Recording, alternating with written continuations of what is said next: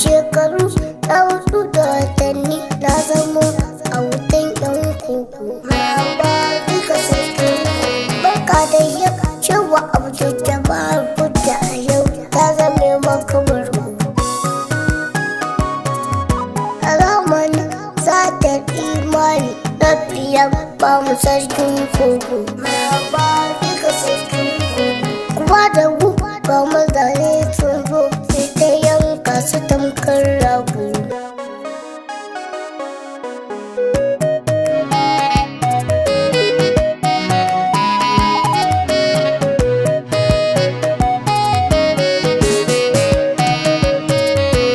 Maraba duka sarkin koko.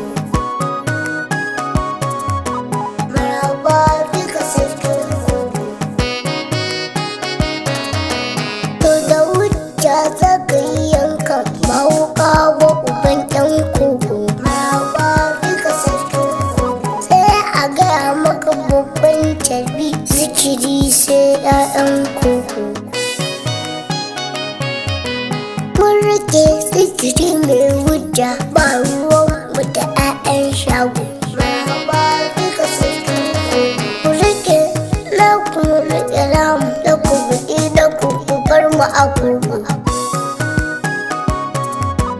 Shi fali fitilu ne duba take naka na wasu kawo. Maraba duka sarkin koko. Wasu da mun ta kowaye sun naɗe hannu ina shago. Wanda ya saba wa ma'aiki to da shi gwada ma mai gungu. Maraba duka sarkin koko. Ba na sau mai da ma'aiki ko a ce shi ya yankan rago.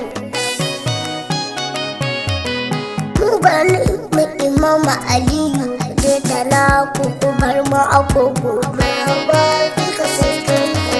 Na gode Allah na ci tudu ni da baba muna can koko. Laifin ka iyawa Abdul Jabbar a ilimi ka rubuta shago. Maraba duka sarkin koko. A dalilin ka yau na gane idan Fatima cikin sana iru. Ni ne Faruk kuɗa ga Bashiru na ɗan dago garku